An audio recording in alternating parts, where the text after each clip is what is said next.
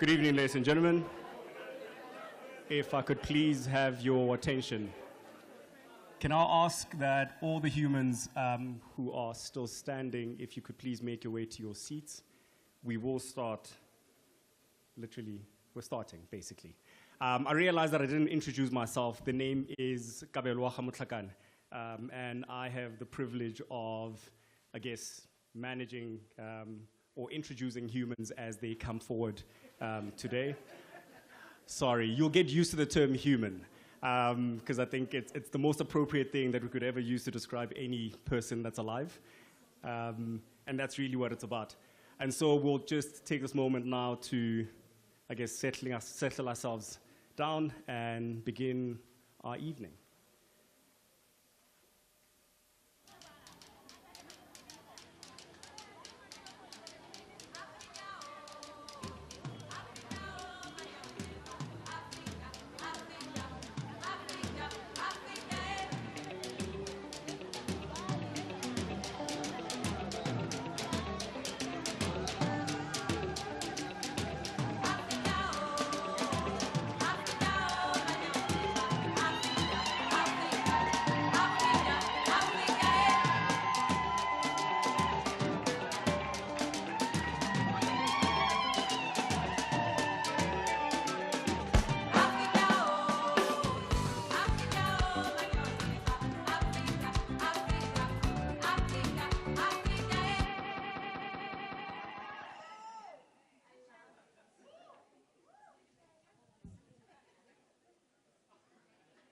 And so naturally, as this is an African occasion, I don't know if I'm the only person that struggled with the dress code conversation, because it literally just said African. And I said to Teb, I'd like to be in a suit, and it's like, that's not African. But nonetheless, then I realized some of our family members arrived in suits, so I was like, surely. But nonetheless, as I said, the name is Kabelwa Mutlakan, and I think purely for the sake and the purpose of this evening, I'd like to officially introduce myself in the following manner. Bareng khakolole monkane mantsutse di atla di maso ga di khosing khosi le joga detla di phepa tsukuru se ntshiba bo matlhodi ka metla ke leje ke tsukuru ke leje ke khomu ke je monate thaga ya ja mabele ya re gola ya gadima ya re mabele ke a jela bo raditladi botlhakana go motlhakane motsweditswedi. So now I can do what I was actually asked to come here and do. That was just a moment for myself. Can we please bow our heads in prayer?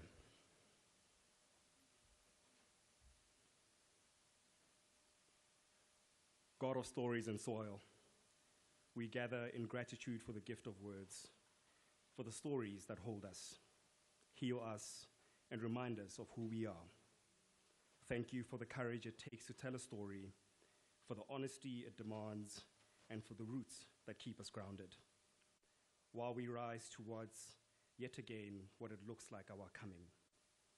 Bless this book, Rooted and Rising, and bless Tebe, that his words may stay memory, call forth courage, and remind us that our becoming is never finished. May every page be a prayer, every reader be a witness, and every story a seed, planted deep in the soil of Africa, growing towards light, truth, and towards us. Amen.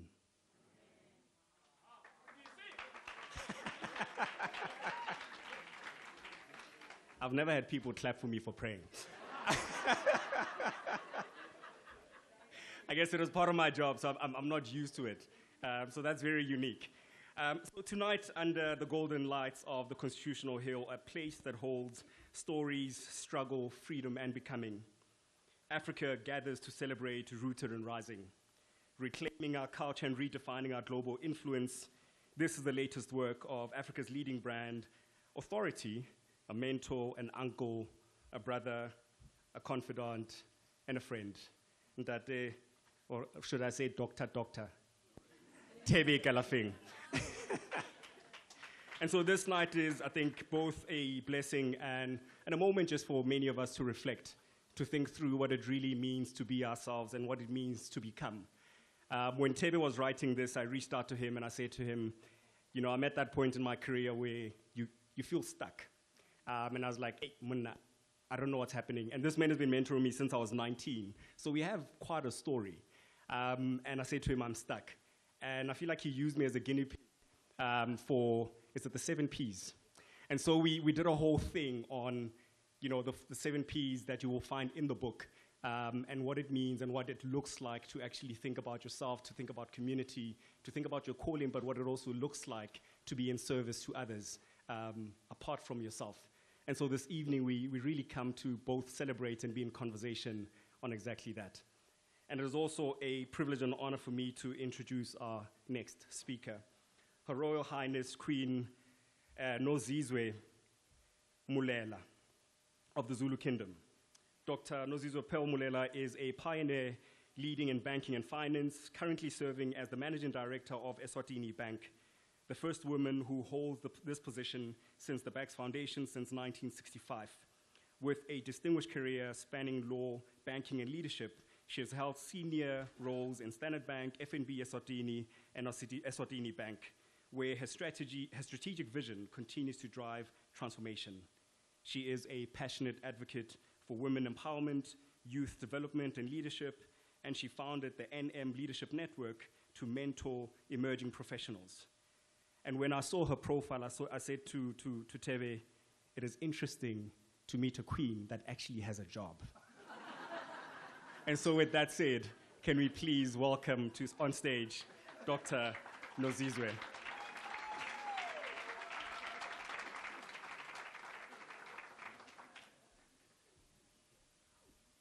This is a different queen.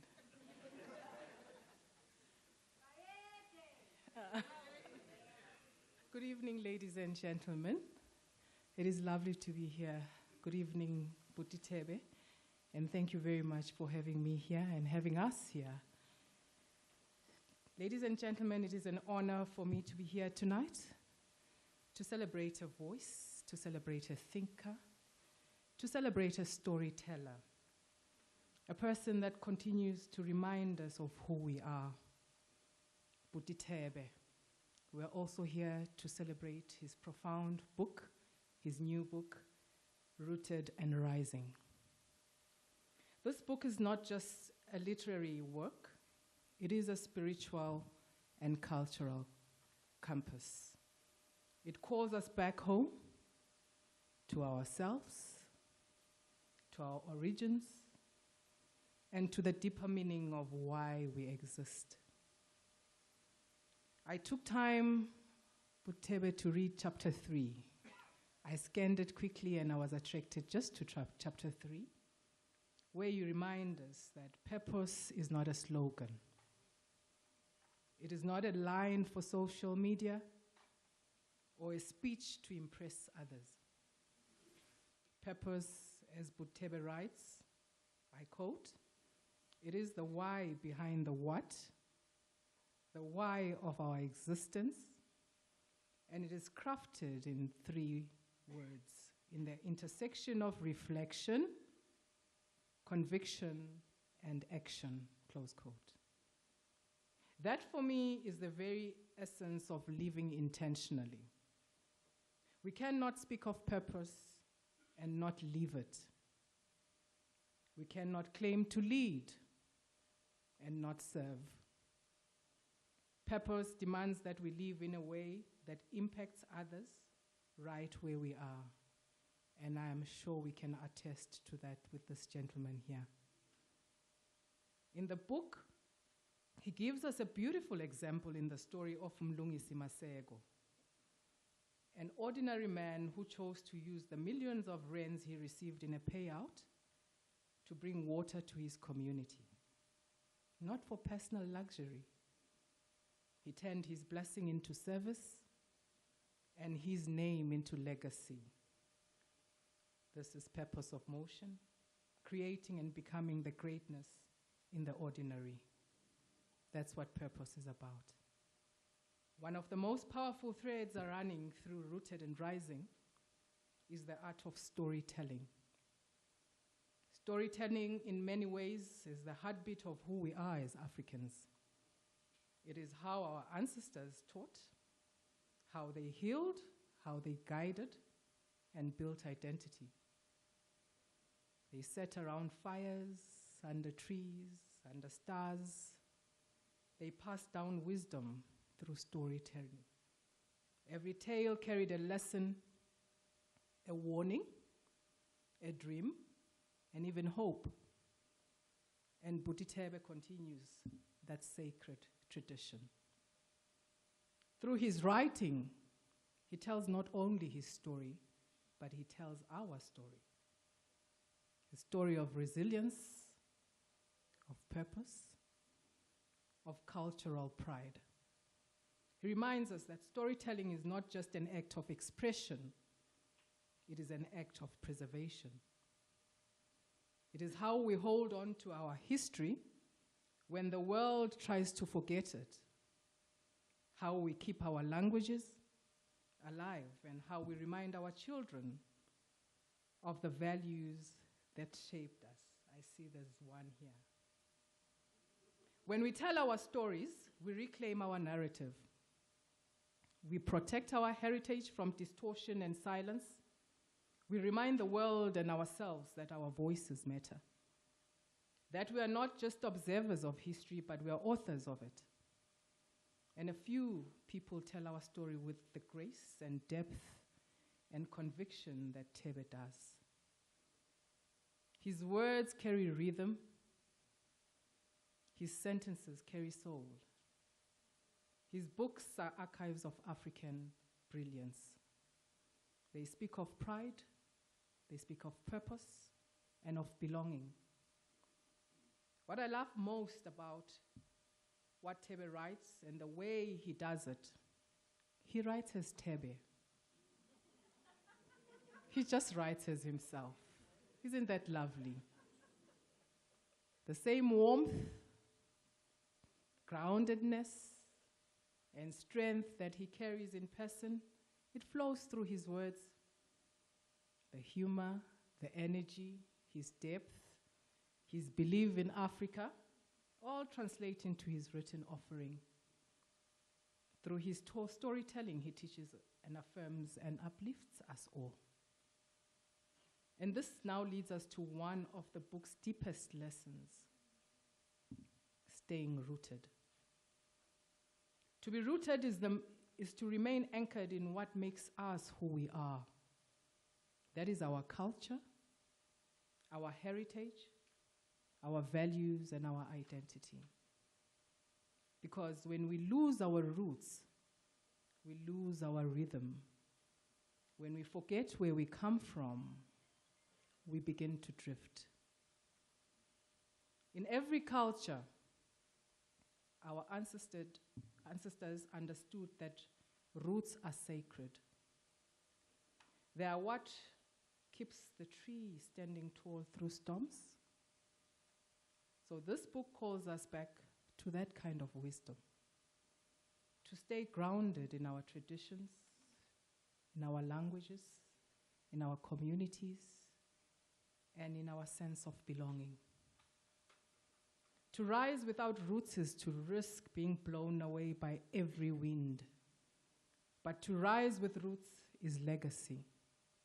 The greatest gift we can give to those who come after us is to remain anchored in who we are, even as we grow and as we evolve.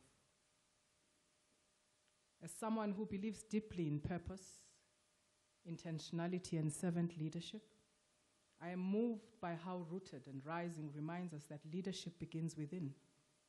It begins with knowing who you are and refusing to be separated from that truth, no matter how high you climb, and having the humility to return to your truth should you ever drift away from it. But Thebe, thank you for reminding us that purpose is lived, that culture is not a costume, but a compass, that storytelling is not just art, but it's legacy. It is how we keep our memories alive, how we connect generations, and how we build a collective identity that cannot be erased. You have told your story, and in doing so, you have told ours. So congratulations on this powerful contribution. May this book continue to remind generations to come that our rise means nothing if it is not rooted in who we are, and that our stories, told in our voices, are the seeds of legacy. So, ladies and gentlemen, here's to a successful launch and the impactful conversations that are yet to follow. Thank you very much.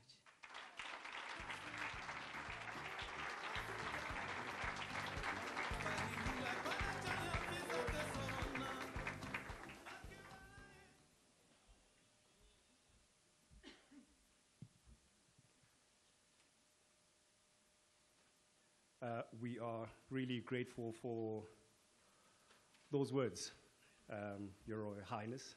And I think it's always so amazing to listen to people and how they interpret and digest what they read and bring it into their own. I think that's the beauty about this book is, you know, Rising and Rooted is not a book that is meant to be romanticized. It's actually a very practical, it's a textbook if you think about it. And I think in my mind, if you're wanting to realign, to look at yourself, to re-energize yourself, it's one of those tools that one could use to do exactly that.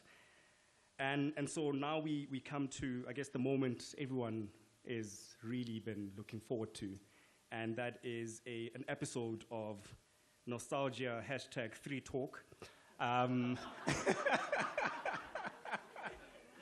Sorry, I had to do that. If you are one of those who were not born at that point in time, you'll figure it out as the conversation happens.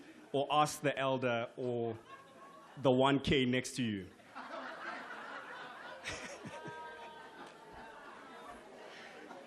So, ladies and gentlemen, it is truly an honor and a privilege to introduce a woman that I think many of us grew up watching, listening to, and admiring. And so it is with great pleasure that I introduce you to Umama Nolene Malo Sango. I have to do that. I had to do that.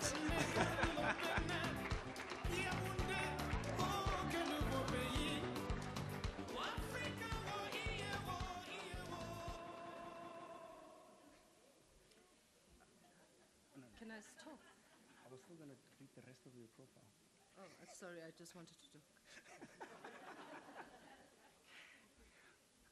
I still had to read her profile. And I'm going to do that, right? So Bonunumtata Nolene Malo Sango is a pioneering South African broadcaster. I apologize. So my clicks are not oriented in the direction they should be. South African broadcaster, journalist, and philanthropist whose voice and vision has shaped the nation's story for nearly 4 decades. Her early days on Radio Transkei and her celebrated tenure as the 3Talk presenter, she became a household name that many of us grew and grew listening to and adored, engaging the country in meaningful conversations and redefining what it means to be a woman in media. She is both intelligent, stylish, deeply attuned, and really speaks to the hearts of the people. And so we welcome you.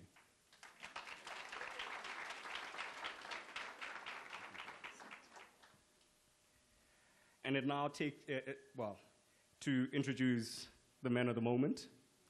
He's saying to me, keep it short.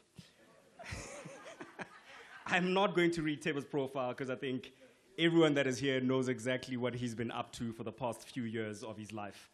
But I think for me, Tebe is really more than just a name in branding. He's a force for change, a voice, a mirror, and a movement through which Africa sees its worth, tells its story, and reclaims its place and space in the world. And so please allow me to invite onto stage Dr. Tebe Ikalafeng.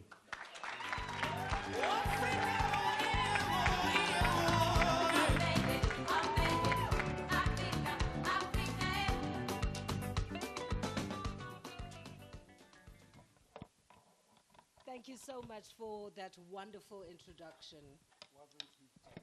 Now, a little story. He's making up stories about us. Because I promise you, I accepted the invitation and I was humbled. I was so humbled that, little old me, Nkosi I'm ashamed, at my old age, being taken out of retirement. Menolene, how I hate this. So the gentleman sitting behind me was like, how Menolene? And I'm like, Nkosi, have I reached I am Menolene. But the interesting, just and what I'm about to relate to you, comes straight to the book, Rooted and Rising. So Tebe has been hounding me. Nolene, please send me just a little blurb about yourself. So I sent him 2 lines this afternoon, and the lines were Nolene Maolana Sangu, born in Mthatha, 1967. I'm fabulous, I'm a philanthropist, thanks, bye. So this is the message in green. Tebe then sends me and he says, Nolene Maolana Sangu, and then it goes on and on and on. And I'm like, I will not allow you to give me these few words. And when I could have been insulted because this is how I want to be referred to. But when I actually thought about it, it speaks to rooted and rising. So many things that Tebe says in the book, be unapologetic about who you are. Indeed, because I was confused. Because the challenge with us Africans is we are so used to underselling ourselves and not recognizing ourselves. Because I think, and which is what we talk about as well in the book, that a lot of times we want to minimize ourselves. And I think it's what Miriam Williamson says, which Mandela likes to quote so much. It says, who are we not to be fabulous and all those. So, and you're a celebrated broadcaster. And I thought, what does she mean? She's just beautiful and she's hot and don't. I never said beautiful and hot. I never. Yes, Tebe. I was like, what about Abu Basitsana, who grew up saying, when I grow up, I want to be like her? What is that like you that you have that we must celebrate? It's very, But also, by the way, the other thing I was going to say, it's a very African thing. It's also one of the reasons why we are where we are a lot of the times. Because everybody else comes to our countries and see our value and extracts it and celebrates it. But Tina, among us, we understand. Why do we do that? And don't ask me that question because I'm not going to answer you. Why do we think theoretically? Why do we undersell ourselves? You talk about it in the book, but why? Just very briefly. Because in our culture, we never want to rise above the community. We never want to rise about everywhere else because we define ourselves in relation to everybody, and we never want to see ourselves standing out. And I think in a way it has affected how we also go out into the rest of the world. Because when we go out into the world, we then also want to reduce ourselves because our cultures, our communities have told us you should not stand out too much. The tallest tree catches the wind. But then, Tebe, when you were in New York and the other... Oh, but that was different.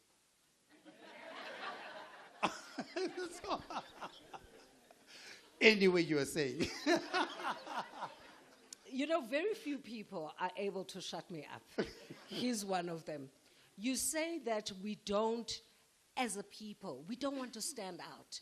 We want to dump. But there was a time when you landed the big job in New York, where your mentor, the other black person in the company, said, you are going to dress like this in order for you to fit in. So you did that as well at the time. Of course, and I think I speak in the book about a double consciousness, which is the idea that despite what I've said about us, our culture and all those, we still operate in a world that is both Western and colonially inspired, as well as cultural. So being in a New York environment, the idea that how do you fit in order to stand out? So that the focus must be on who you are, not on what you look like. And of course there you have to fit in the look. I mean, at that time, we had to wear beautiful starched shirts, custom-made suits, and you just need to stand out. That was how standing out looks like. But it worked for America, because America was much more Western oriented. But of course, when you come back home, you then realize, but I'm not actually Western. And how do I stand out? How do I balance both? By being both African as well as African in a Western world, rather. How do we, as a people, start to, because you obviously, it took you decades to get to where But you don't are. make me that old now. But Tebe, it did. Nike was in. Kudala, long time ago. You're looking fabulous. Thank you. I'm going to take this Not bad for a outfit. 21-year-old. Yeah, no, not at all. I'm 25. You're 21. How do we, and you talk about it in the book, how do we change that mindset? Not just about the showing up, not just about showing off about who we are. How do we change that mindset? I'm going to answer it by starting over the answer with the one question you actually asked, in terms of why is it that we want to minimize ourselves? Because I think we lack self-confidence in who we are. But we also lack self-appreciation that who we are is enough. But not just enough, it is our distinction and our competitive advantage.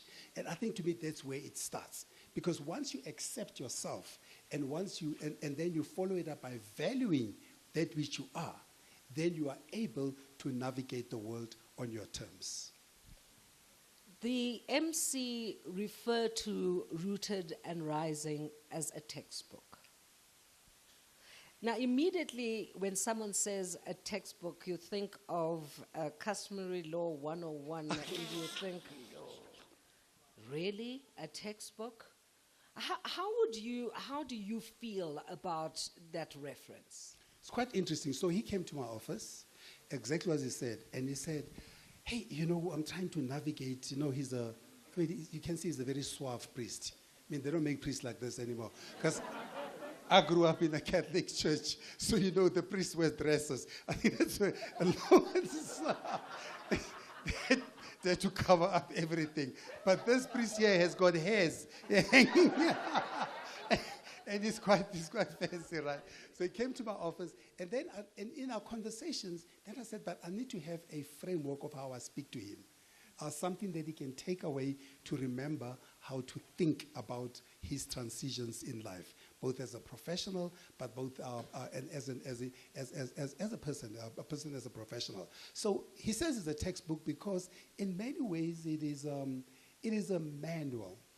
I look at it as a cultural manual more than anything. It's not, and I didn't want to write a book where you feel warm like when you pee yourself.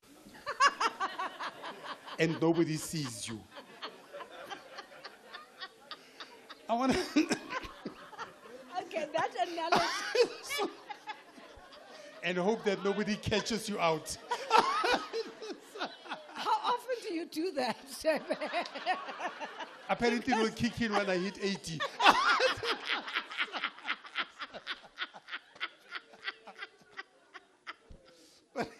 But a lot of the, and I always explain, so let me take it back to who I am, for example. So what I do. So I speak a lot internationally. I stand in front of podiums and all those, and people like to book me to speak. And I always tell them, I'm not a speaker. I said, what do you mean? I said, I'm not a speaker. I'm just a thought leader and authority in a subject who knows how to tell his story. So a lot of the quote-unquote people who you call speakers, they speak a lot of beautiful things. You feel really hot afterwards. And then afterwards you're like, kind of what were they talking about? As soon as you left. So I thought, let me do something that is both inspirational because there'll be interesting stories. You know, the Queen spoke about one of the stories in there. There'll be stories which are more inspirational, but there's also needs to be a framework of, so how do I make this real for me?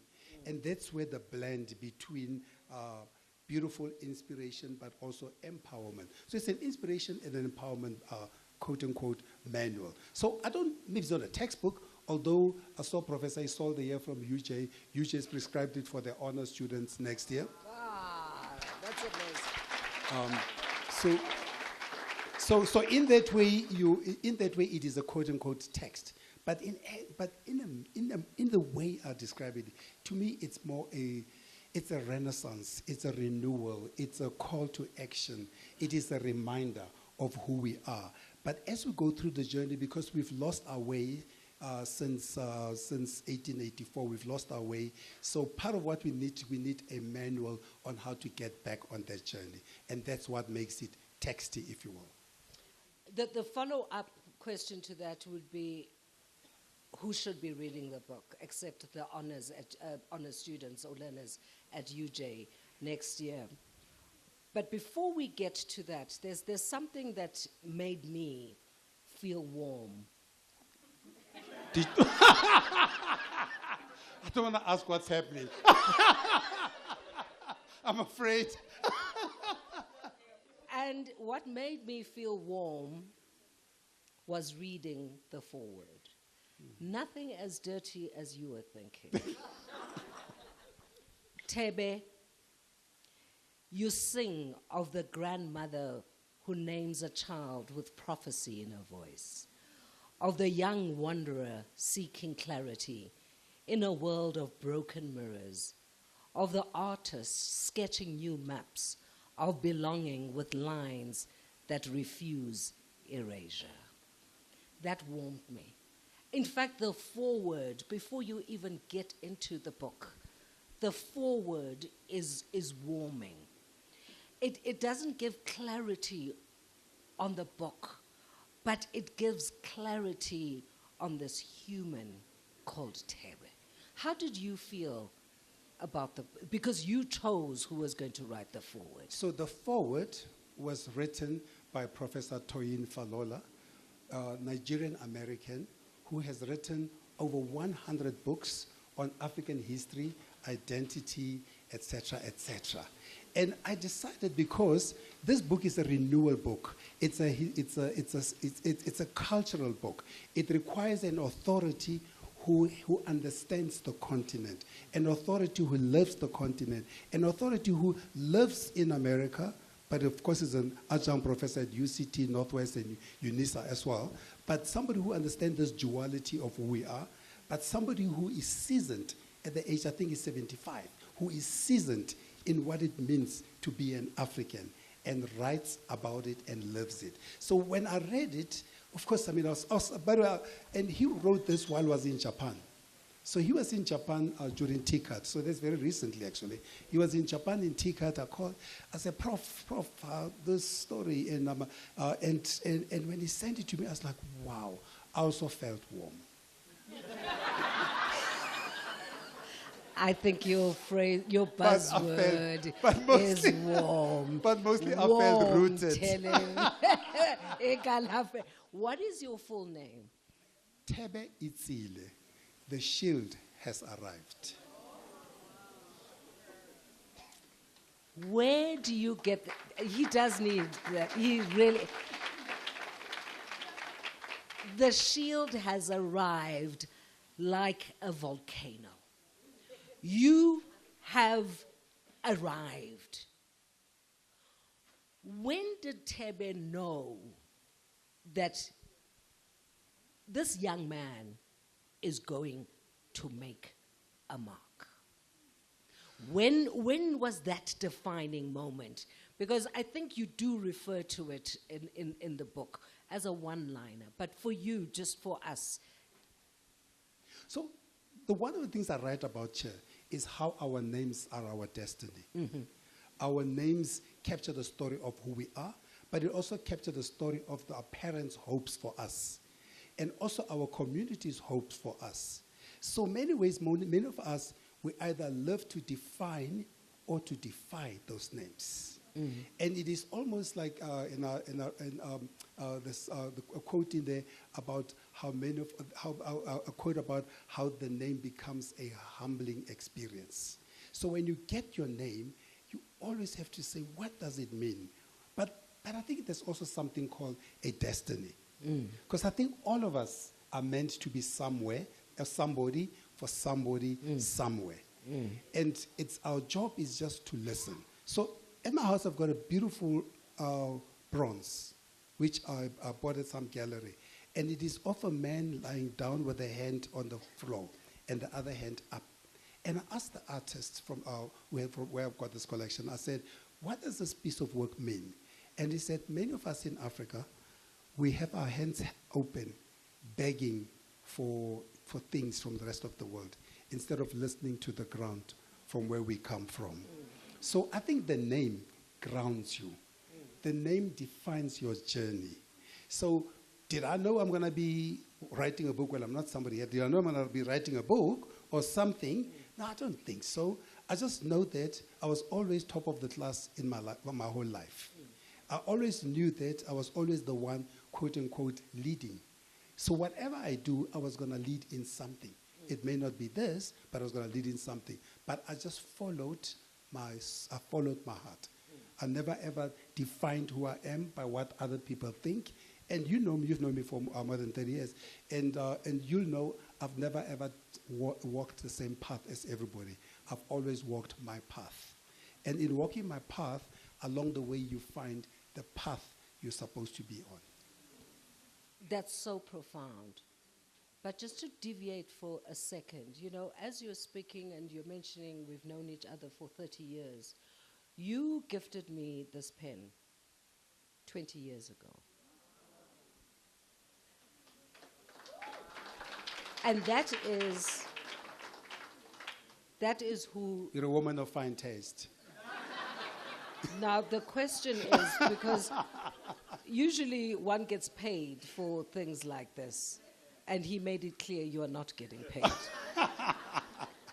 So, dude, top this. One fascinating, and this is not something, and I'll come back to who should be reading the book, but... Oh, yeah, I need to answer that, yes. No, I haven't asked it yet. She's a problem. One very interesting thing about the book is as you go through the book and then you're hit with a playlist. Every single chapter you are hit with a playlist, which I had the pleasure of indulging in as I was preparing for this interview. The most amazing experience, because you take your phone and there's Brenda Fassie, and you listen to Brenda Fassie, or you listen to Salif Keita, or you listen to Sanko Mota as you indulge in the book. You know, my feet are rising because I get so excited about it.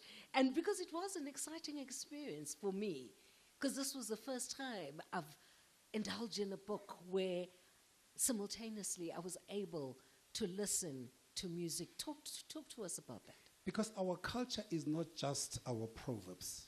Our culture is our music.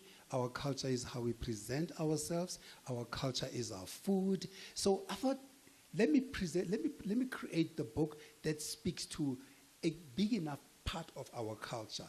And then for every chapter, the seven primary chapters inside the 7 piece, I thought, what playlist captures the essence of what we've talked about? What playlist speaks to people? What playlist speaks to the need to take time out? You know, I think the first song in the pause, well, that came to mind was "Take Time" by Kanan, and you know, and it's like, my goodness, these songs all remind me and remind me of who we are, and remind me of where we come from, but they also capture the song. Now remember, a lot of people. And every time I felt the hurt and the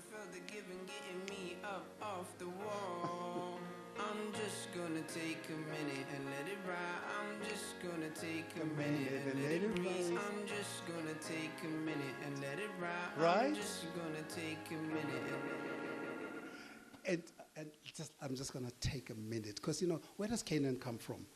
It comes from Somalia, Ethiopia lives in Canada, and the story of him celebrating his mother, the need to take time out and reflect on where he comes from.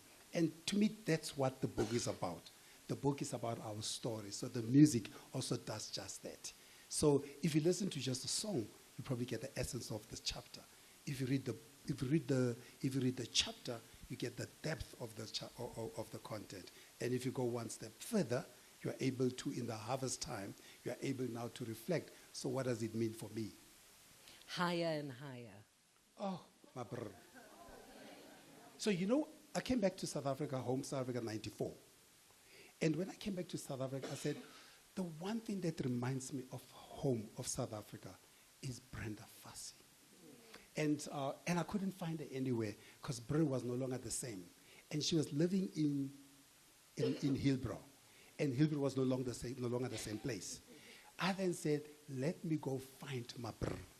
And I think, I'm not sure they hear my friends. I said to some of my friends then, I said, I'm going to Dilos shortly. I said, Dilos, let's go to Islam. We are not going to Hillbrow.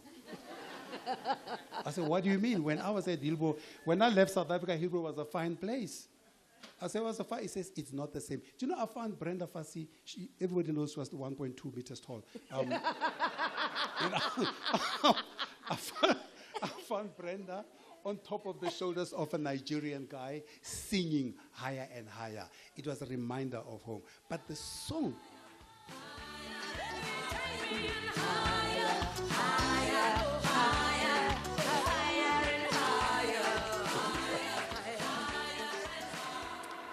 But isn't it beautiful, that song as well, because it's a triumphant song.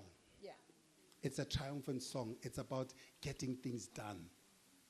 And I love that about Brenda, and I love that. And so the book is infused with that type of storytelling between music and words and proverbs and cultural aspects. Did you get help in getting the music, in aligning the playlist with the different chapters?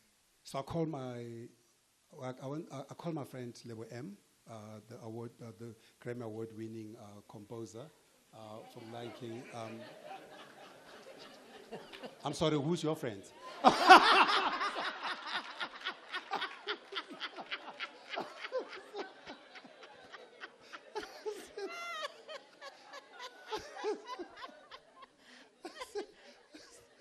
To see him. Isn't it nice to have friends in high places? You know, I called my friend Lebu M. Well, that's what I'm going to be saying. You know, Tebe Galafeng, you know.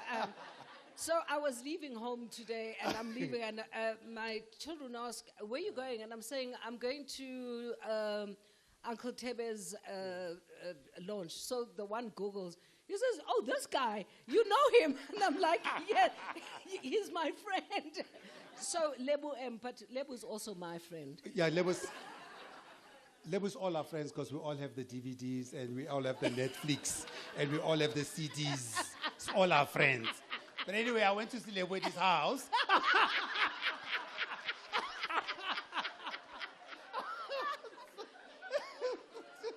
To go through the playlist. I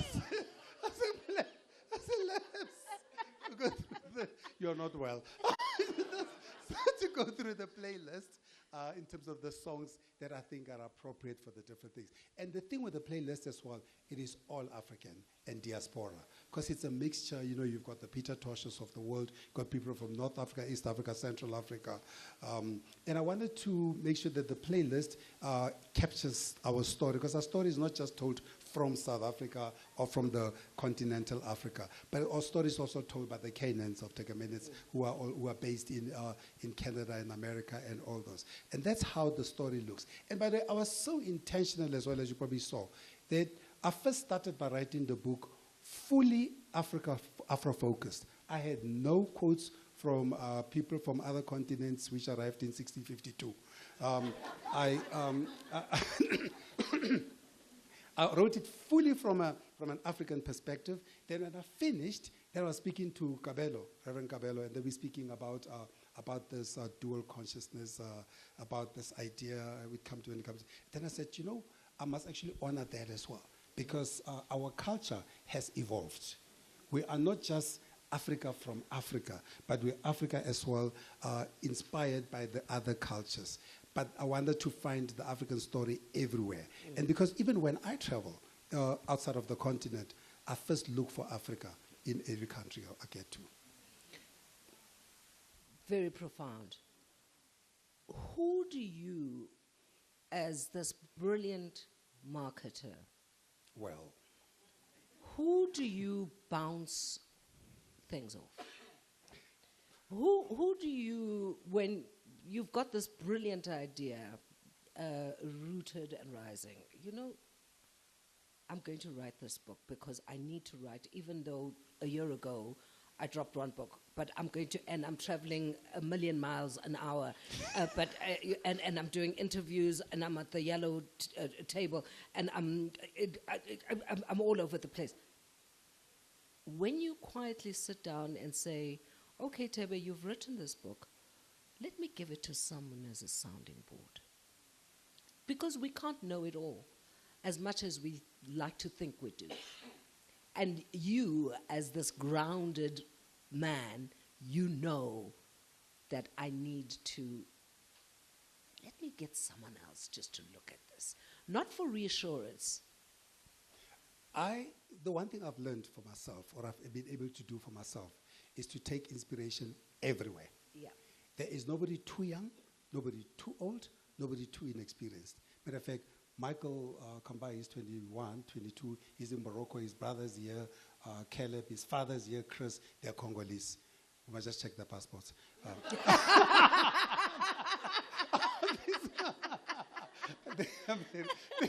The Congolese South African. I'm teasing up. Congolese South African. So, you know, I sat with Michael at 22 and Caleb in my patio, trying to figure out some of the words and the structures and how to think about it. So, you know, I'll take inspiration for somebody 22 like that. Yeah. Then I'll go to somebody like Kabelo, who's doing his PhD in theology. I say, KB, where does this fit in? Then I speak to Will, Will has got too many doctorates. He's African American. You know, I'll go to Lerato next door. So all these people here had a say somehow. So I think this is, because this book is not my book. It's a collaborative story, because the story in there is not my story. It is our story. So, but every time, whatever I write, I will ask, whether it's my friend Gina in Kenya, or his husband, Captain Kariuki next door, or okay, even the little one here. The little one here, Tato. You know, Tato, my godson Tato, Tato Mabuza. So I come to his house the other day. I say, hello, TM. He says, how are you doing, TI? I was like,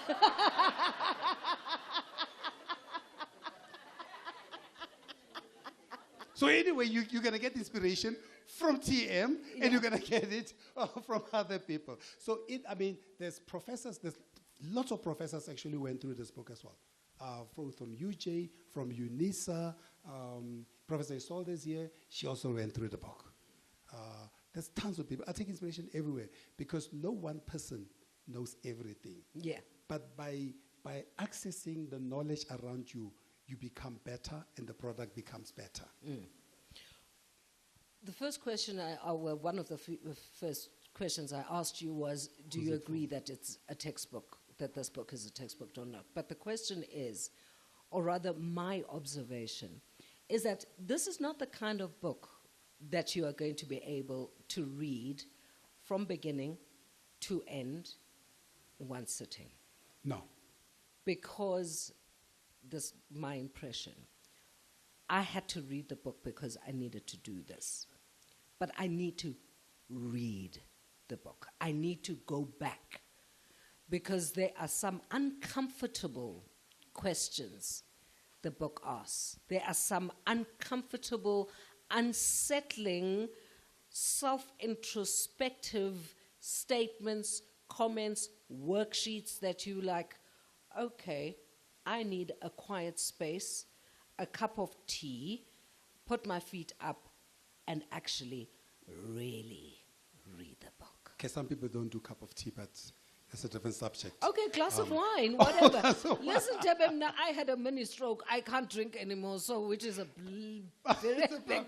Well, you've never drank Yeah, alcohol. no, I've never drunk. But my friends do. So one of us had to drive for them. Only Desmond and I don't drink among my friends. The rest are drunks, but we love them.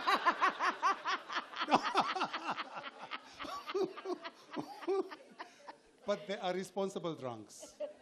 But luckily, we've got priests in my area. So you've got Kabelo, and you've got Reverend Imbeu, and Mamuruti Kangi Ambeu next door. So we've got good friends who balance the rest of the alcoholics in my group. So this is not a book that you're going to rush through. The reason you can't rush through is because it is a journey. It is a journey of rediscovery. Yeah. It is a journey of reimagining. It is a journey of remembering.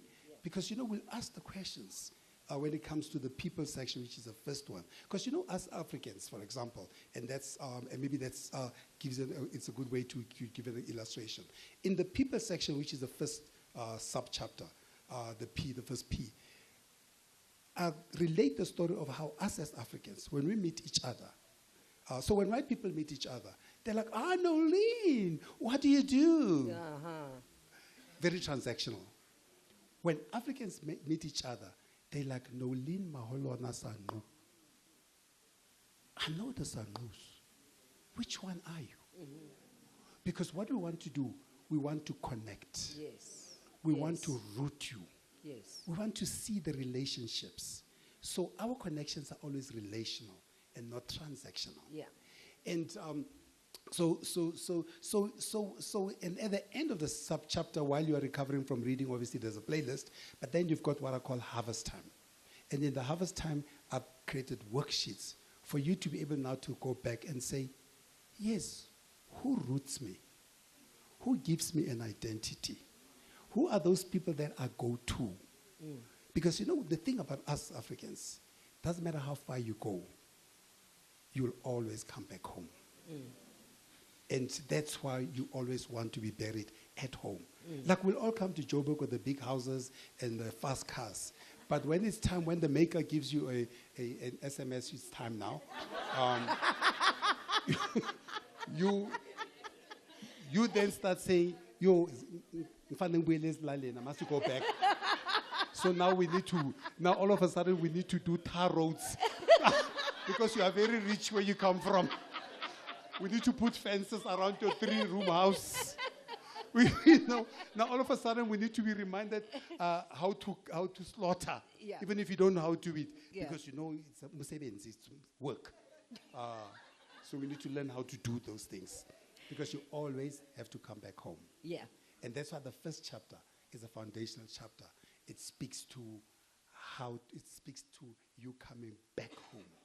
Because the whole book is really about coming back home. Tebe, we could spend the next 3 hours Nje. talking about this book, and we still wouldn't finish. No. It's impossible. But, in the digital age that we live in, you touch on that, and so importantly, talk about what you put out and how that can turn against us. Because we are living in this fast age. Millisecond, you send, you're gone. Reputation gone. I mean, I'm summarizing it in the most crude way, but you put it so eloquently in the book. So in the 6th P or so, I think I call it presence, how to create presence. I talk about this digital times that we're in. That's now where the duality comes into place. That I'm not just saying that, yes, if you want to tell your story, you must go paint with the Khoisans and draw those little people with the small butts and the long legs on the stones. I was talking about the Khoisans, that's what they look like. What's wrong with you? You know, but I'm saying that part of how you're going to tell your story as well, you're not always going to have to go out and then scream that everybody knows. So now you can have to tell a story in the digital world. But also, if you don't exist in the digital space, they will exist you. Because these days, you'll find out people say, no, Tebe's got a Facebook, he even sells crypto. Then Tebe says, but I don't know anything about crypto. I am not on Facebook. No, you are. Somebody has created a life for you. So it's such a dangerous place that we're in. But also the other danger that we're in is people forget now that you can't have another story on digital that is inconsistent with your story in the community. That now you need to align the two. Because most of us are beautiful and wonderful on social media. Our Instagrams, we are always on point. Then when you come and see us at our homes, then we need to run quickly to go powder up quickly so that I can be the same person. So it's also about understanding that in the digital age, authenticity is still important. And this book is about authenticity. How do you tell that to a slay queen? Oh.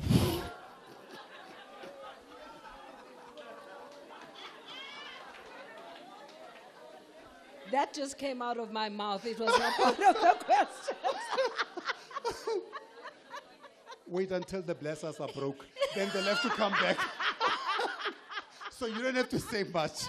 They just have to go broke, or Mokotsi just has to shoot himself.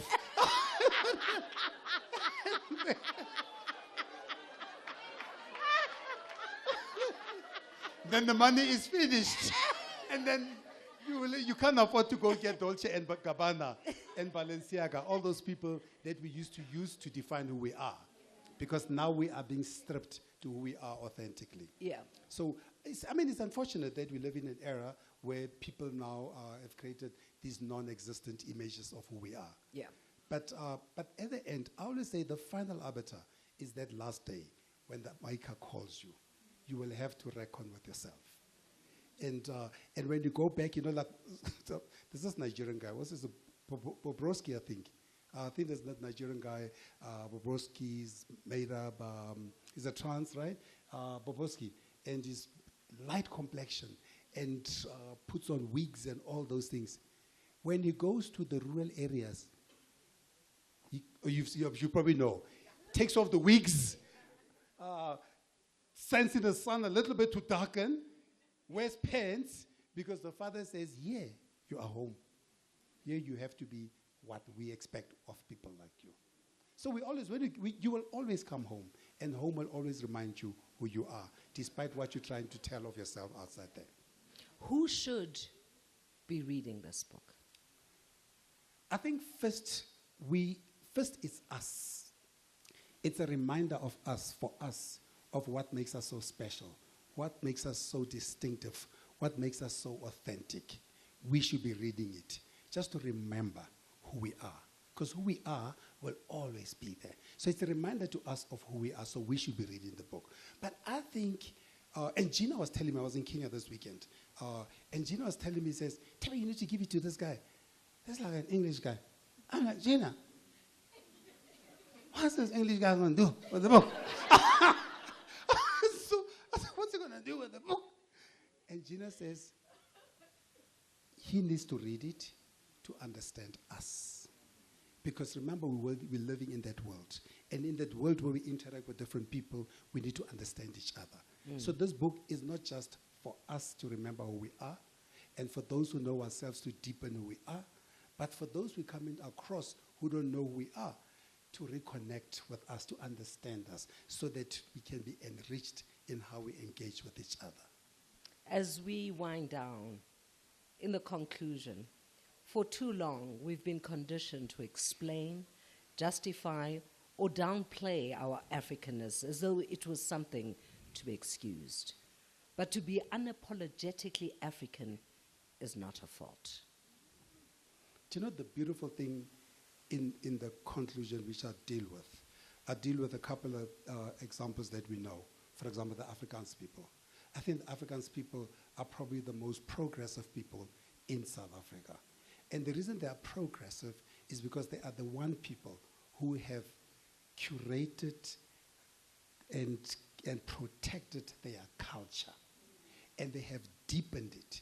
They've started academia, university, they've started multiple industries, and they speak their language, and they are the only people in this country who can go from crash to PhD speaking their language. The rest of us you know, I mean, sorry, I don't want to point the 100 people I saw who've got children, and that, oh, my child doesn't speak English. I said, so too sorry. Just have to speak English. Then I remind them, I said, but how did you grow up? Because we grew up speaking the other language, and English was just the bonus. So what did Ghana, and hopefully it's correct, but I saw something that Ghana has now legislated that all primary education will be first in the indigenous language. Just like how we grew up. The fact that I can speak English like a black person, or like my friend Barry Maluleke here. Barry is my only Tsonga friend. I don't know any other Tsongas. And Barry speaks English in Tsonga because he learned English in Tsonga.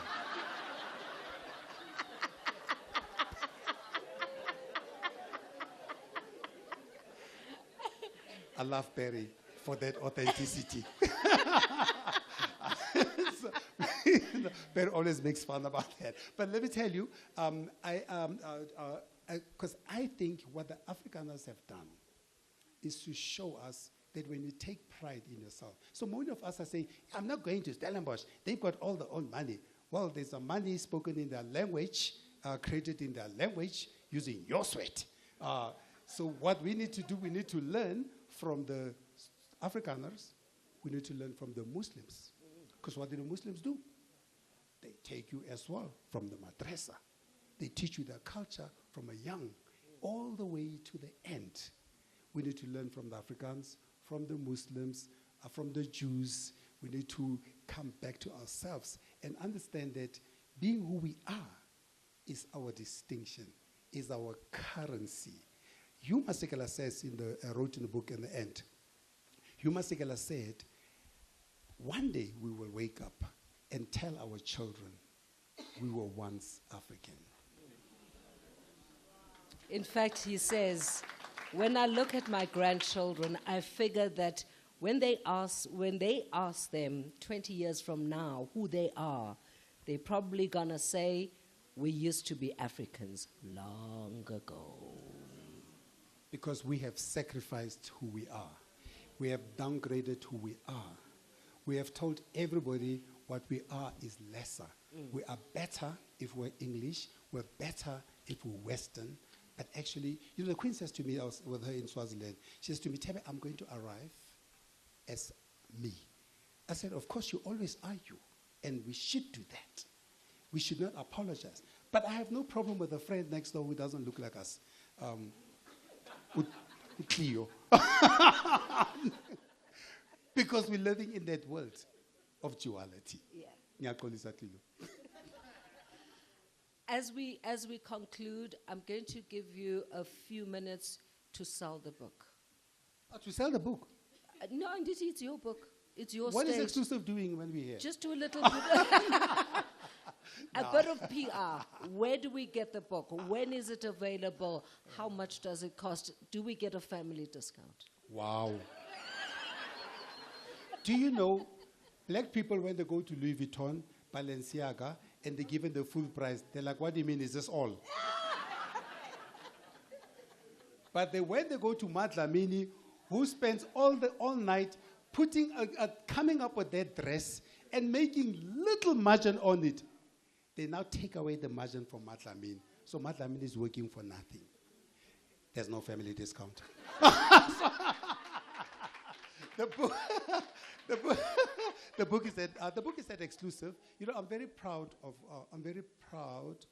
what we've been able to accomplish with The Traveler last year. It was the best-selling book last year. It was a story of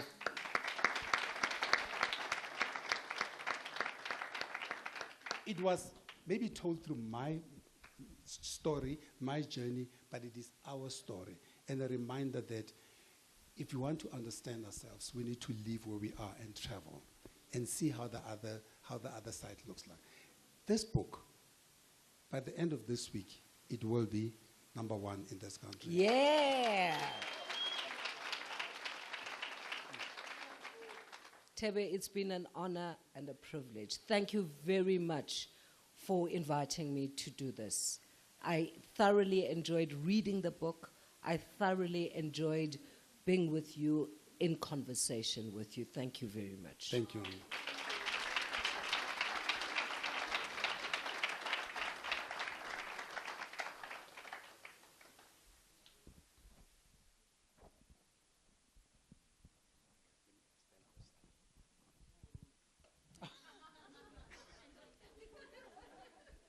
I always like when people find out I'm a priest. The first thing is always, is he a priest? But yeah, nonetheless, I think this was really an amazing moment and an opportunity just to listen, to reflect, and Gyalaboghamma. Maholwana sangu. Maholo Maholwana sangu. Nasangu. Yeah, there we go. I will be practicing. I'll send a voice note.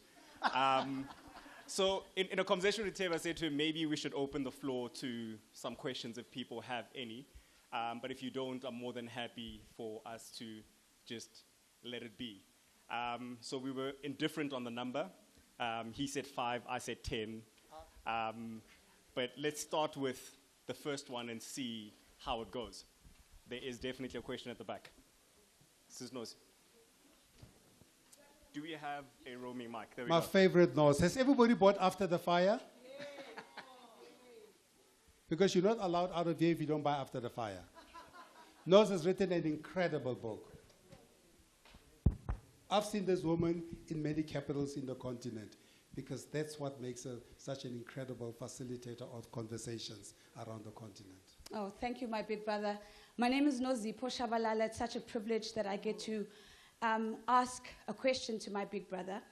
I think there's just two things on my mind, Tebe. The first one is build on a comment that you made, that culture evolves. The question to you is, who decides what gets preserved and what is allowed to change? And perhaps you can give us a thinking model or framework for us to engage with that complexity. And then the second question and the final one is, I love the comment that Her Royal Highness made towards the end, where she said that culture is not a costume, it's a compass. And I often see in the spaces that we occupy that there is the risk of paralysis in the performative, thinking that if you show up looking African, you've done enough. How does the book help us to transcend the performative so that culture really becomes a framework that helps us to process and make decisions? Thank you so much. Thank you, and I think you answered the question, by the way. Because in the book, I write about how this is about moving from performance to purpose. This is about moving to being, from becoming to being. It is about understanding that our culture, like you say, even this book, is just a compass. That because we're living in a changing world, we too should be changing with the times. But in changing with the times, we should be firm on what grounds us, what roots us, so that the things that change. You know, I think I can't remember the gentleman who says, when it comes to matters of character, probably also would have said culture, we must be firm. But when it comes to style, we should move with the wind. So it is about understanding what are the fundamentals of what grounds us, who we are. That cannot change, and that should ground us. What should change is how we deliver on that. I mean, where's my young man named after a star? Upi, Kuza, Sia. She's hiding. Sia. Where's Sia Kuza? Sia was here just now, dressed in full Xhosa. And Nomahlubi is Mama Nugupi. She's also here, dressed in full Xhosa, the authentic way. I'm also dressed in Xhosa. but an evolved Xhosa. So the essence of who we are is still here. But in matters of style, I have moved with the wind. But in matters of culture, I have deepened my roots and be confident in who we are.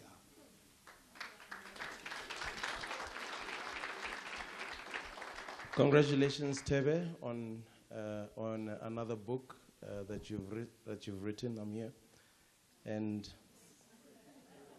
I'm not going to say anything. But coming from Botswana, there was something that used to hurt us a lot as Botswana. When our first export being DJ Fresh, they would say, South Africa's very own. Now Tebe is Kimotswana. He's from Botswana, and we claim him. You are not allowed to dress like that in Botswana.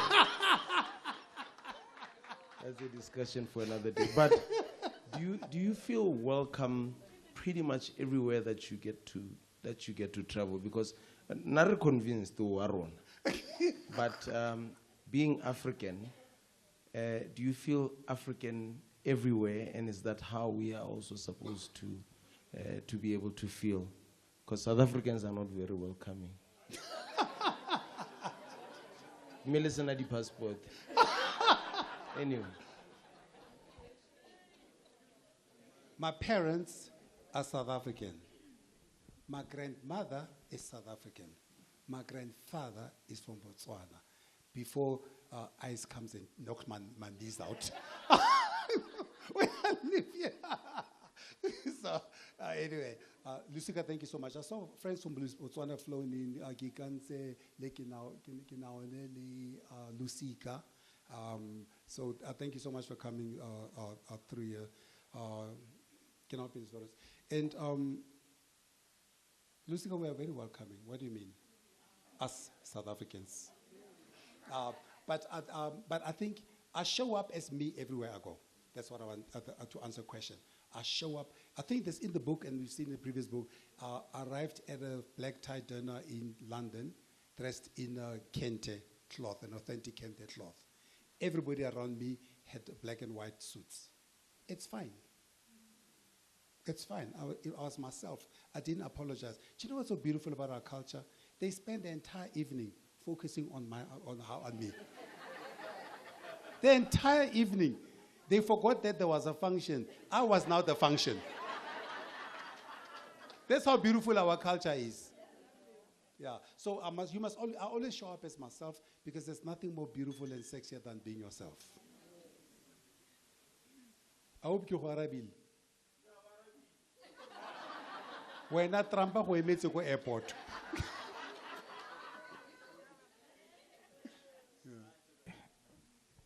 Okay. Congratulations on the book. I haven't read it yet. I'm yet to read it. Enkos. Yeah, you touched on, Angela Dube here. You touched on the use of mother tongue in teaching, and I want to pick your brain on that. Given that we are trying to undo damage that has taken 500 years to be instilled on us, we're trying to reverse that. And how the Afrikaners are beating us is that they've purposed their language not only as a subject in itself, but as a language of teaching and learning. Correct. We are far from that. Correct. We want to teach isiZulu as a language and as a subject. We want to teach Sepedi as a subject. How do we converge in a multidisciplinary society like South Africa and ensure that our languages are not just subjects in themselves, but also languages of teaching and learning? Because I feel like there's a gap there as a nation. Thank you. Thank you so much, Professor Dube from UNISA. There's lots of professors here today. Some of my friends are very learned. So I was just saying, Jay, please, folks, choose wisely.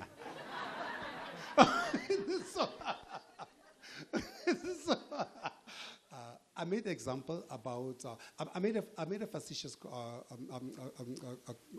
comment. I was just teasing about Barry.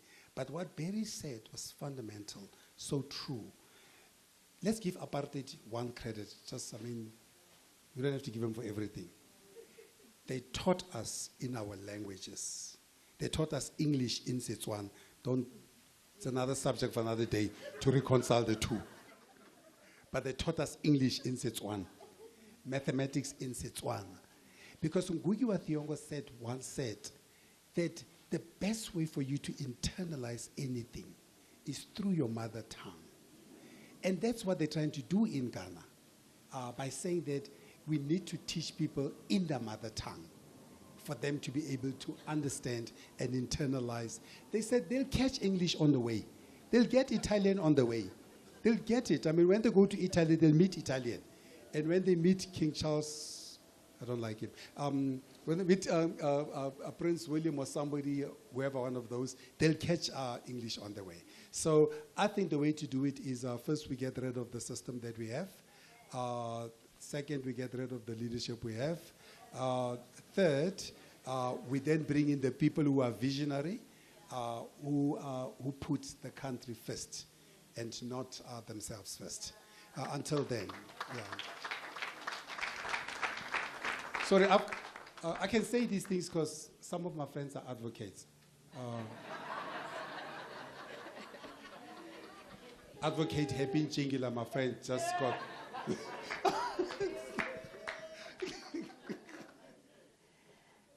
Right. Hi, Tebe. Congratulations. Very enriching evening. It has been so far, enriching conversations. So this is almost like a leftist question and is around cultural gatekeeping. When you're watching, I'm a big user of TikTok or just, hanging out on TikTok, you would find Black Americans who are, kind of, I don't want to say appropriating, but representing themselves in either of our cultures on the continent. And then you find us, the Africans, really harassing them and telling them that's not your culture, So it'd be great to get your views on cultural gatekeeping that is at least happening on social media. Do you know what I love about Nigerians? Is they never forget, they never leave themselves behind. She kept, she's a learner, she's a PhD and an executive, but she still, when she speaks, you hear her culture, you hear her roots. I can have a conversation with her because when she speaks, I can say to her, you sound interesting. Which country are you from? That now we can build onto that. So is there such a thing as cultural gatekeeping? Is there such a thing as appropriation? Do I think to me, appropriation is when you don't give credit. But when you take on and embrace other cultures, it's appreciation. And as long as you give credit, I don't think there's a problem. Because we're the last people to talk about appropriation. Because look at us right now. We are wearing shoes. Some of us have got Indian hair. The poor Indians are suffering. We are sitting on Western chairs. So we're the last people to talk about appropriation because we are the kings and queens of appropriation. So let's allow the other kids to steal a little bit. As long as they tell us, it comes from them. Because we like to say, this is from Louis Vuitton in Paris. So as long as they also say, this is from KwaZulu-Natal in this particular city, it's fine. We just want recognition for our creativity and for our distinction. There's no problem with it. So to answer you, no, we should not be gatekeeping. No, we shouldn't be going on to stages and talking about appropriation because the minute we say that, can we please send back those ships that came in 1652, the Reiche, Dromedaris, and the Goede Hoop, and let's pack them up with all the things that we are wearing right now, that we are eating right now, that we are living under, and send them back to Holland. So we can run around naked in our little patches.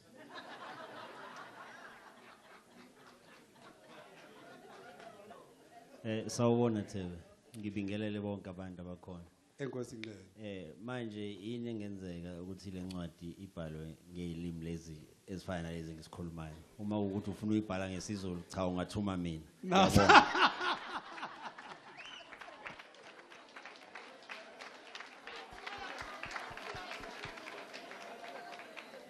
Okay, the only part I didn't like about what he said is the last part.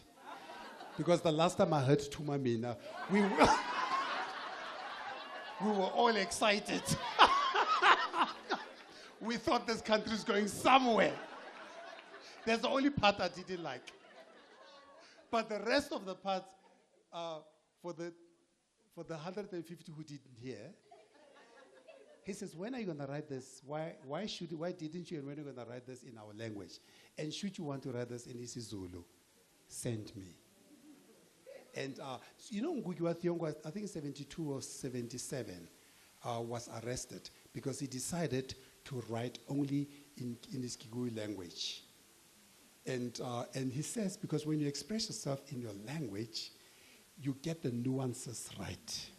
Now, the problem is this, in this country, I think, and I may be wrong, AmaZulu, AmaXhosa, Tsongas and Vendas, and maybe Andrebele, are probably the few people who speak their languages well, who return to their languages constantly. The rest of us, we can't even finish a sentence in our languages. Colonization has done a good job on the rest of us. The truth of the matter is, I should have written it in Setswana, or Sixhosa, or Sepedi. But as soon as I write it in that, this thing. Are you with me? They will not read it. Where's the translation? Colonization has done a good job on us. So I wrote it in English as a common language among us 12 speakers. There's 12 languages. The others just don't say anything, but they're there.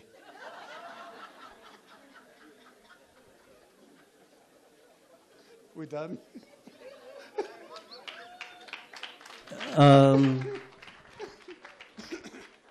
I've got it over here, Tebe. Yeah. Hi, I don't have a question. I have a comment. Sorry. Oh, sorry. I'm from Namibia. You can see as the evening progresses, the accent starts changing.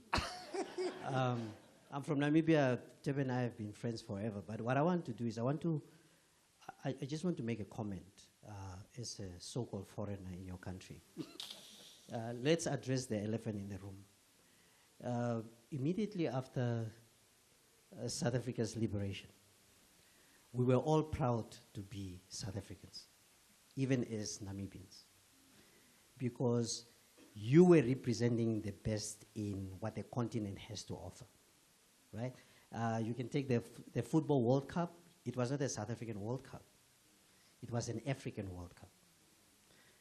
SAA, the brand promise, you know what, they were an African airline. Now, the reason why I'm giving you these examples is that somehow, somewhere down the line, you as South Africans have lost the way. And you know, so when Tebe was telling me that that's the title of his book, and he said it's rooted in rising, it really resonated with me as a Namibian. The one message I want to give you as South Africans here tonight, and I'm not just saying that because Tebe is my brother, you need to be proud of that man and the work that he's doing on this continent, right? Because what I like about Tebe, and I think one of our sisters here said it here, what I like about Tebe is not about form. It's not about the beautiful African outfits. It's about substance. So when Tebe stands up and says, I'm going to visit each and every African country, he means it. When Tebe is in Namibia, when he comes, let me just give you an example. When we are together in Namibia, he becomes Namibian. I've been with him to other African countries. He becomes that Kenyan. He becomes that Tanzanian. Do you know why? Because he believes in Africa. So for us, it becomes very worrying when the messages we are getting from South Africa, that you are uprooting other Africans, saying, yeah, they are taking up our hospitals, our jobs. What happened? What happened to that speech by Thabo Mbeki. When he said, he didn't say I'm South African. He said, I'm African. I just want to leave you with that message. So, thank you. So so part of what I write about is also the meaning of our names. So there's a name here on page 36, Ngumbilemo Muta Wamkweta. It translates, I will fight my own battles. That's Lazarus' name. So Lazarus, we just spoke now. Okay, Lazarus is the one that came with the ship. But the one that his mother gave him is Ngumbilemo Muta Wamkweta. And I will fight my own battles. I think it's such a beautiful name, a combination of name and the story, because we as Africans, we need to fight our own battles. And we shouldn't delegate who we are or relegate who we are to other people to fight for us. So thank you, Lars, for that, because we are all Africans, of course. Lerato. I think, T, hi, it's Leo. Mine is a continuation of... So I knew Leo when he had a six-pack. So we're talking now 30 years. I'm trying to get one, but I'm sure I'll get there. But mine is a continuation from a statement by Lusika and Laz. And I think just looking at on my right, I see Mr. Komoswana is there. I see JJ is there. Professor to you. Sorry. Yeah, Professor JJ Tabak. And I see, I think Mr. Shilowa refers to him as a newspaper man. And I think we must not, as South Africans, underestimate what xenophobia that has taken place in our country. And some of the populist statements that continue from some of our ill-advised politicians about our continent is doing to the damage of the South African brand as Africans. And I think going back to the statement that you make, that at the end of the day, you always go back home. You know, whether we refer to Tanzania or whether you talk about Zambia, during our struggle, where they hosted us, and I'm not saying we must accept the incompetence of some of our government departments in terms of managing immigration, but we have to ask people like yourself and the three gentlemen that I've mentioned to say, how do we change the conversations as South Africans to say we're Africans? Of course we live in South Africa, and most of us, even you standing there, and I think we share the same history, where you have association with our neighboring countries, and I realized that the main guest speaker was a queen from Swaziland. Eswatini. Eswatini, sorry. But I think it's important that as we leave, we say consciously, what are we going to do about brand South Africa in the greater continent, whether you talk of 54 countries or others. Thank you, T. Thank you, Leo. That's such an important contribution. Lerato, I think Lerato has a question here. Okay. Should we take at least two more and then conclude? Then we conclude. Because there's a lot of hands coming up. Yeah, okay. Lerato, wasn't to me WhatsApp Aron. Thank you, and Taba, congratulations. Thank you, Lerato. Thank you so much for your contributions as well. She read this book, Disrupted, as she was in holiday in Lesotho. She just walked just across. And spent the whole day reading through it. And she came back like a teacher with circles and red marks at Raul Lerato. See me after class.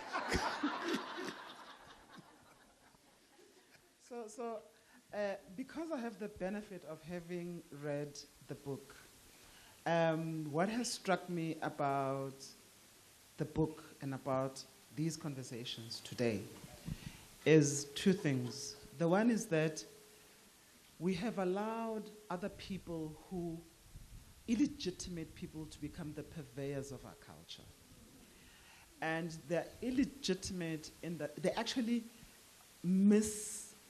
they misconstrue, they miscommunicate, they miss everything about who we are as Africans. And I think we have ourselves to blame. But thank you for writing the book. Because what now needs to happen is that we need to have many different conversations. Correct. We have to have the conversations about education and language. We have to have the conversations about fashion and brands. We have to have the conversation about branding South Africa or rebranding ourselves or reclaiming the South African brand, as it were. So where are we going to have those conversations, and who is going to lead in the generation of those conversations? I had hoped that we would have, but there's someone from the SABC, my friend is here. No, the SABC has done a wonderful job. The African Language Services, they are here broadcasting live. They're taking pictures. Those who want to be famous, who need content, just smile as you're passing. It's radio. But there's also SABC TV. Yeah? But Thebe, you have sparked the conversation. We know that you're busy. You just said he moves at 1 million miles per second. You're going to have to stop and tell us how we should carry on with this conversation, because the book is layered. It has got many, many, many different things about it. You and I spoke a while ago, and we spoke about grief. And I said, actually, somebody needs to remind us as Africans about how we grieve. So we have all kinds of mental problems and challenges and so on, because we have forgotten how in our culture these things are done and how they're communal and how they help us heal. So thank you. That's what I wanted to say. No, thank you so much. You know, I just want to answer for a minute in terms of how we take these conversations further. So last year after the Traveler, you hosted at your house young people and a few of your friends and invited me, and we had conversation. We had like 30, 40 people at your house, and it was incredible because the way you did it reminded me of, apologize Reverend Imbeu, not talking about Isonte Zenzimali.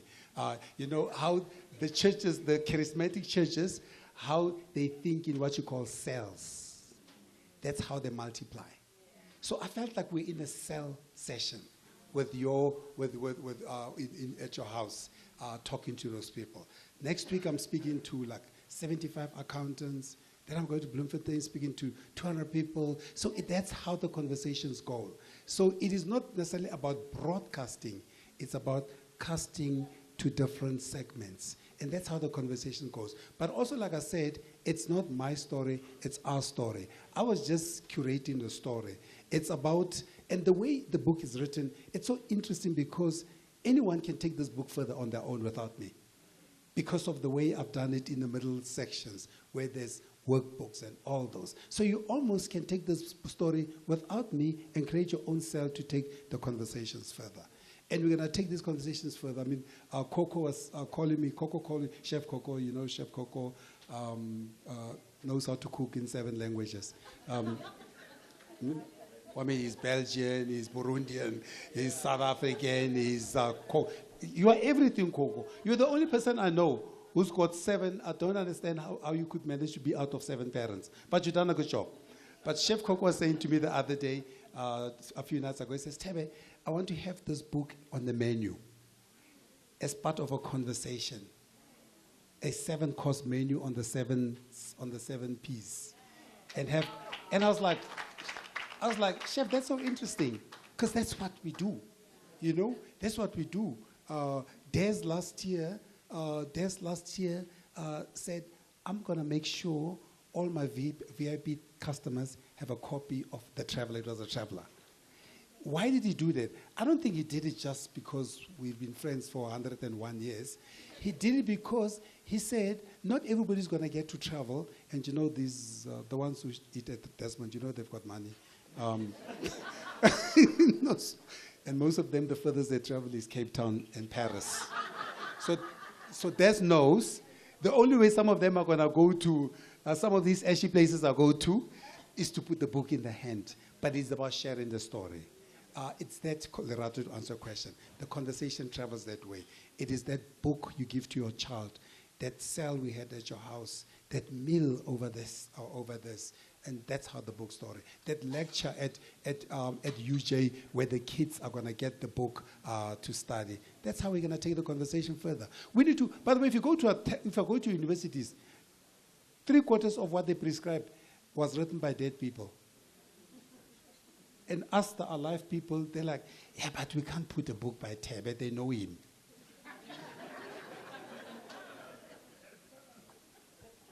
Oh, is it me? Is it me? Okay. So congratulations and thank you, T, for involving us in this project. You look amazing, by the way. I want that suit. Thank you, my friend. Thank you.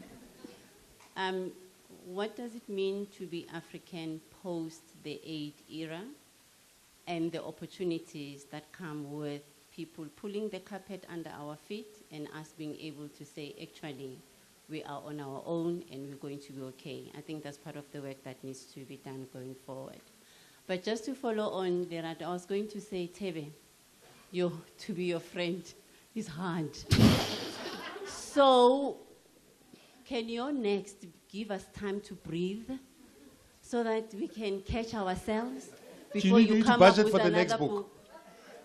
So what is the next for Tebe and how should we prepare as your friends? Because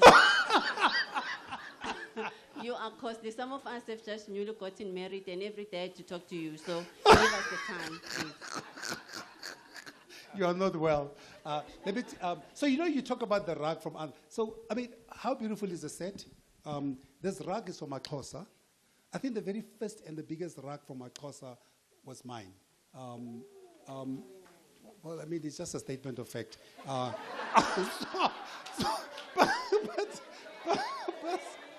But I mean, look where they are. Look where they are now.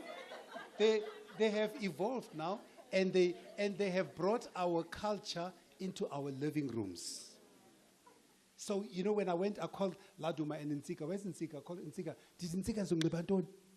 And just come. You can't afford them. Just wear them for free and bring them back. You know they're going to take pictures, so you can't wear them again. So anyway, bring them back. Anyway, I went to. But our cultures are right here. Nobody can take our cultures from us, pull the rug from under us, if we have our feet on this rug, if we are planted on this rug, if we wear our culture proudly, if we are proud of who we are, nobody can take it away from us, Kanye. Kanye is the epitome of evolution. So ladies and gentlemen, just Benedict, Dominic. Benedict. I call Benedict Dominic. Okay. But if his name was Kagisho and Tumelo, I would never forget it. Thank you.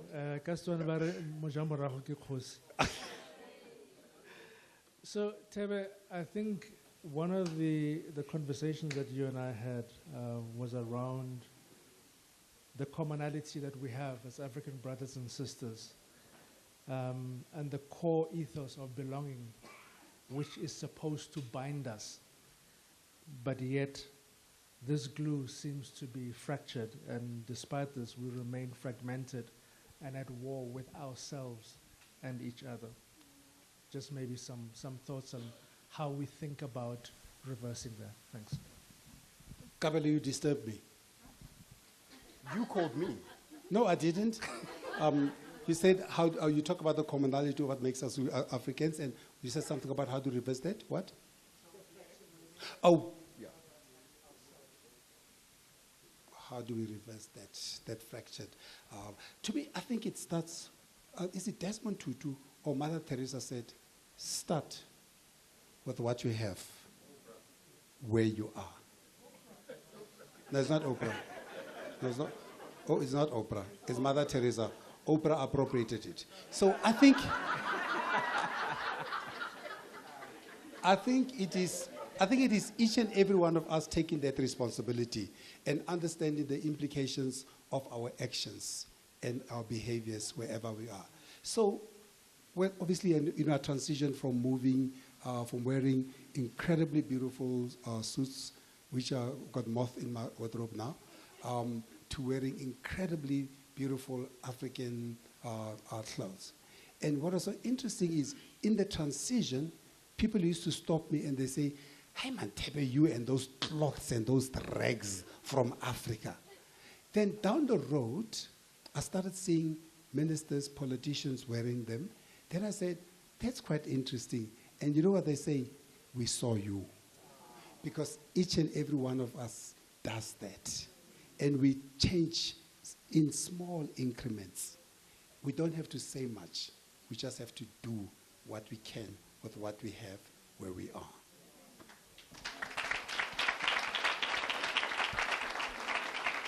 And so that brings us to the end of the Q&A session. And yeah, I think we're really appreciative of all the questions and the reflections that people brought forward. And my argument is always the conversation continues and it doesn't remain here. And so if you still have more questions for Tebe, please call him for lunch, take him for coffee,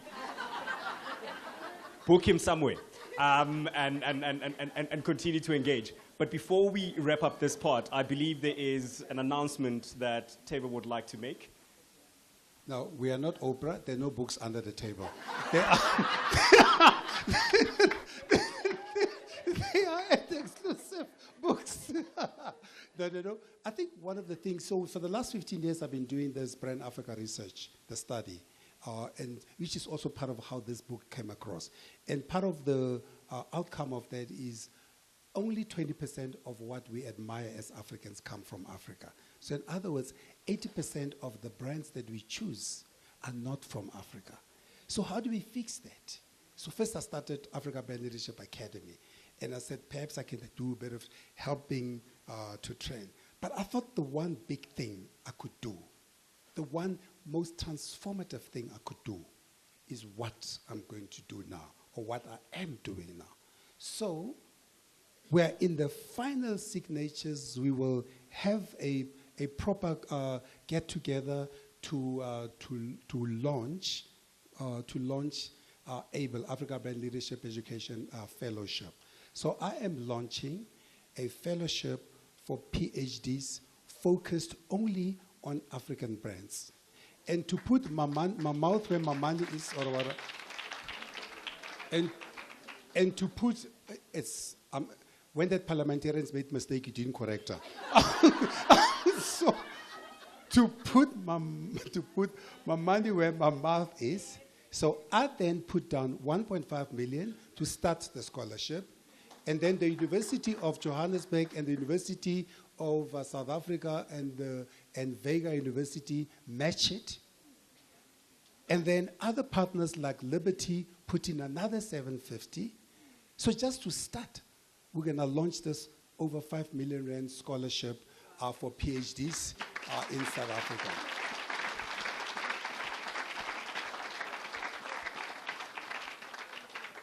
Now, because I'm not an egomaniac, it is not called Ikalafeng anything.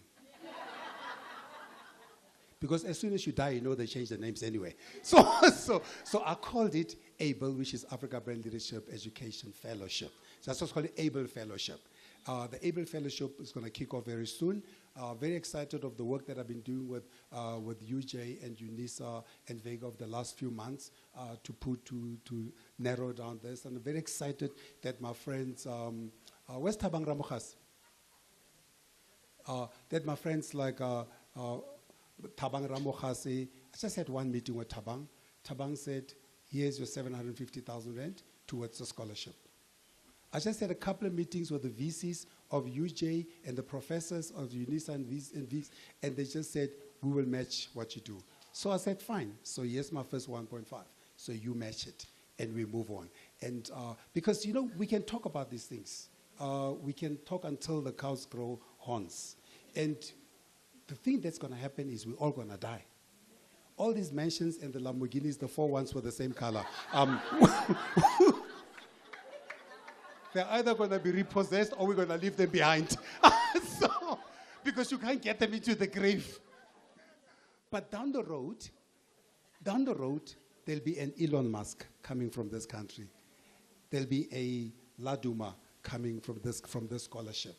There'll be a fellowship rather, who will then have such a transformative impact in the world. So it is not the number of people we are going to get out. It is the quality of the people that we're going to get out. So and every year, I'm also announcing a prize for the best PhD in Africa-focused brand leadership.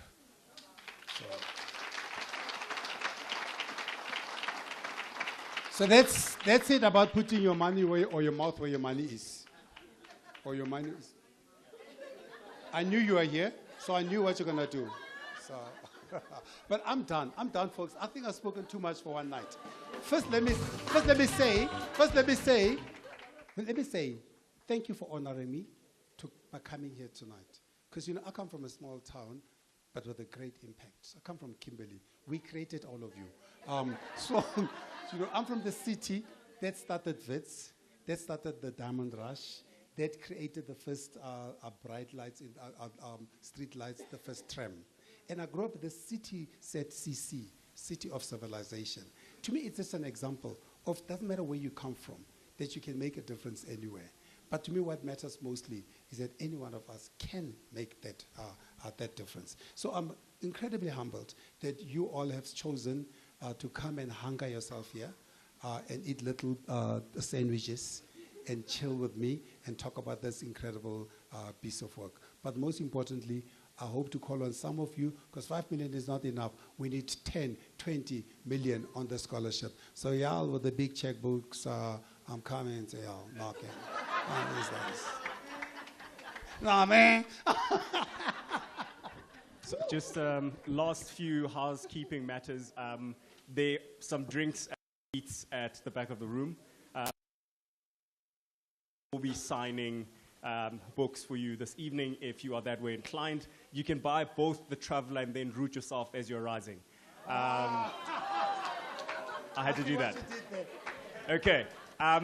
And so being a typical Anglican priest, I'm just going to ask you to take a moment just to quieten yourselves. Ntate Kalafeng, ke tlo ntsha kubu.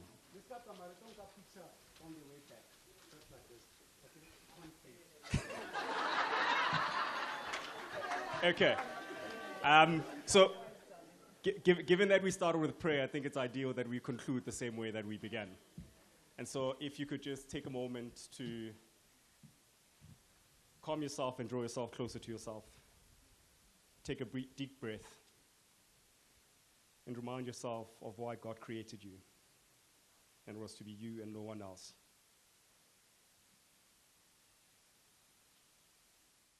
And so, Lord God, we thank you for this moment to chat, to reflect, to think, and to deepen ourselves in the mystery and the story that you've invited us to be part of. We ask that you continue to work in and through Tebe and many of us who continue to do your work and minister to those who are not equally as privileged or advantaged. We ask you to keep our minds and hearts focused on the things that really do matter. And most importantly, we ask you to reinvigorate the spirit of humanity amongst us, and to remind us that for us to be where we are, to be able to listen to these conversations and to have them, someone had to sacrifice themselves. And so invite us to that sacrifice, invite us to rooting ourselves, but invite us into fellowship, into building, and to think positively about what it means to truly be human in the 21st century. In your name we pray. Amen.